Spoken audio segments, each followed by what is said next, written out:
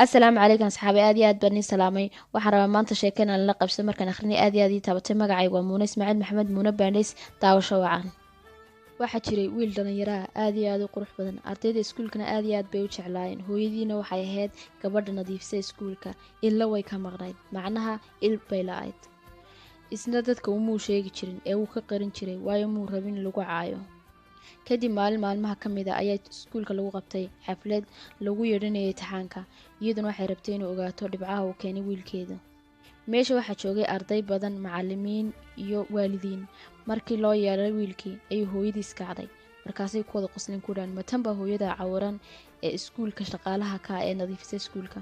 arrinka isagu aad iyo aad buu uga xanaaqay kadib markii xaafadii aadeen ayuu hooyadii ku qeyliyay uu ku yiri maxaa meesha ku keenay muddana lamu hadal wuxuu go'aansaday inaanu dib ula hadal maalmo kadibna wuxuu go'aansaday inuu ka guuro oo meel cidla u dego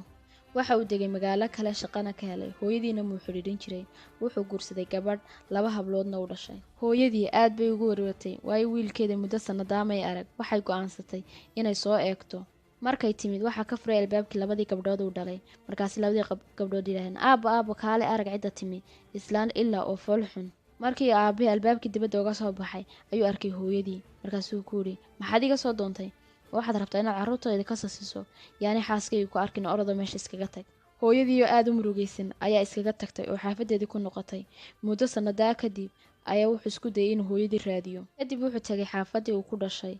ee hooyadii deganeed albaabkii buu garaacay muddo waa laga furwaayay kadib wuxuu isku dayay inuu weydiiyo xaafadaha jaarka halkii hooyadiis aaday xaafadii jaarku waxay ku dhaheen ma ogid miya hooyada waxay dhimatay 2 wiil ka hor waraaqna way kaaga tagtay naxdin kadib wuxuu la booday waraaqdii waxaan isku dayay inuu akhriyo waraaqdu waxay ku bilaamisay sidan wiilkaygiiyo waan ku jecelahay waxaa jirta sheeko aan weligay ku sheegin adiga aabaha markaad yarayd waxaad gashay shil baawur halkaana waxaa ku dhintay aabaha adna waxaad ku weyday ishaada maan haynin lacag kugu daweeyo oo il kale kugu gado haddana waxaan ka cabsaday carruurtayda qeyrkaaga inay kugu qoslaan ay ka xaraabaystaan sidaas darteed waxaan kuu saaray ishaydii wiilkaygii waxa ku qortay waraaqdan hooyadaadii ku jeclayd